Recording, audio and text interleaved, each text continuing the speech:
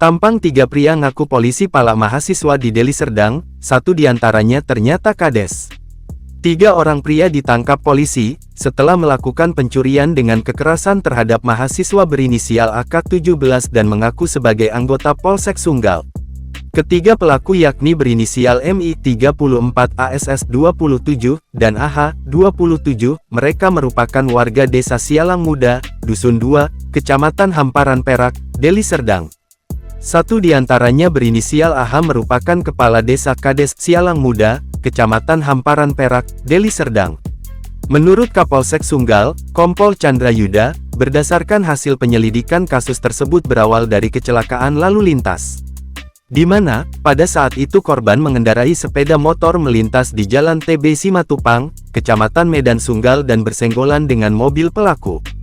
Jadi motif kejadiannya ini laka lantas. Ketika laka lantas terjadi cekcok, tapi yang kita sayangkan pelaku melakukan tindakan kekerasan, dengan mengambil barang-barang milik korban, kata Chandra kepada Tribun Medan, Kamis tanggal 29 Februari tahun 2024. Katanya, dari pengakuan para pelaku saat itu mereka spontan mengaku sebagai anggota kepolisian dari Polsek Sunggal dengan tujuan untuk menakut-nakuti korban. Bahkan saat itu, para pelaku menuduh korban membawa narkoba dan sempat menggeledahnya. Mungkin itu situasional, ketika kedua belah pihak ini bersenggolan, turun pelaku dari mobil mempertanyakan langsung mungkin spontanitas, sebutnya. Chandra menyampaikan, dari hasil pengakuannya para pelaku mengaku baru sekali ini melakukan tindak pidana pencurian dengan kekerasan.